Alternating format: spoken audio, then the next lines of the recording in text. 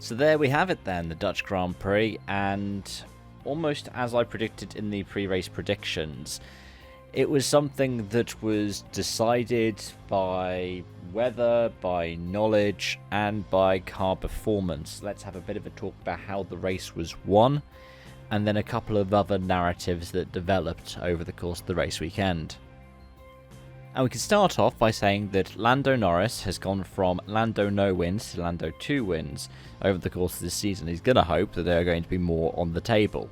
He ended up getting the fastest lap as well, but not a Grand Slam, because he has unfortunately continued a streak which he probably isn't a fan to have, which is that he hasn't led into the first corner or out of the first corner when he started on pole.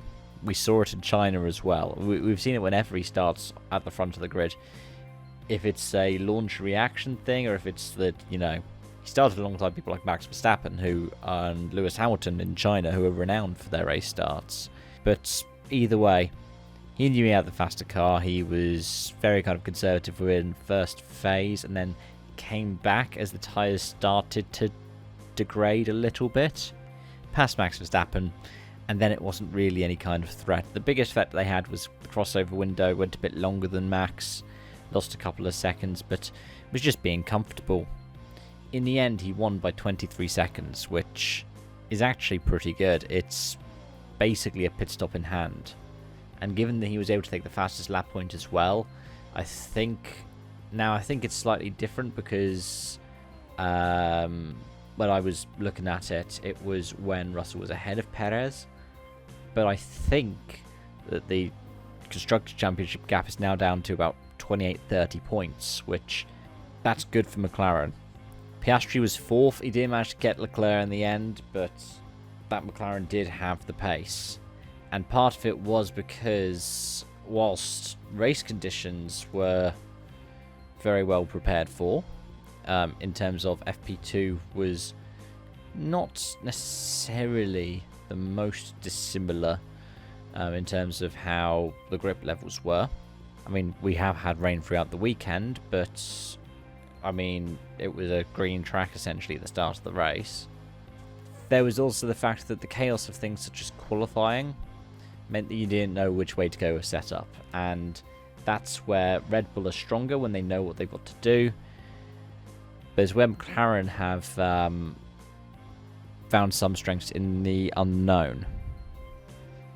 Elsewhere, for the best of the rest, well, obviously we're talking about Mercedes versus Ferrari in this context, and Ferrari quite comfortably had the measure of Mercedes today. Like, sure, Russell did a second pit stop, which you could argue was pure judgment, because in the end he didn't catch Perez, he was 5 seconds off, but they probably have data to suggest that Russell wouldn't be able to do the tyre whispering freaks he did at Spa anyways. Lewis Hamilton managed to recover from starting down in 14th to finishing in 8th, which is good.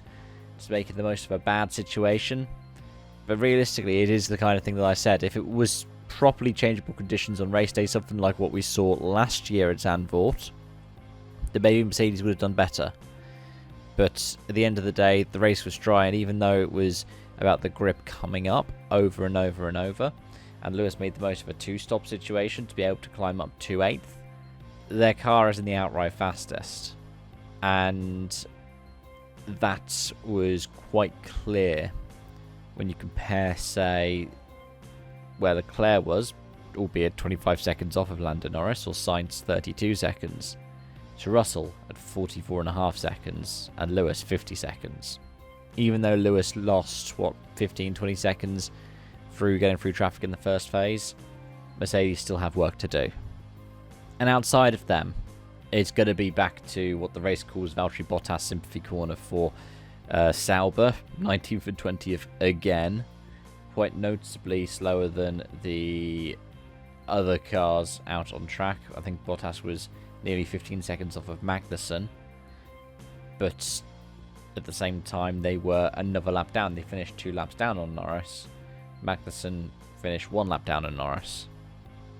And yeah, Williams had a weekend to forget. Sargent crashing heavily in FP3, Albon being disqualified from qualifying for I think it was 3mm excess width on his floor. Magnussen himself started from the pits, so realistically there wasn't much in terms of to be won over for those back of the grid teams, those who started at the back of the grid, because they are not outright back of the grid.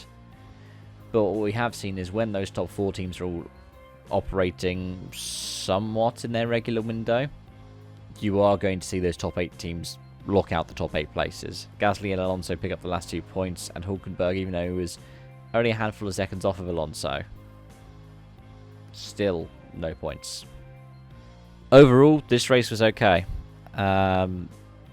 It's not got the same kind of entertaining action because, well, the biggest drama was what's going to happen in the pit window.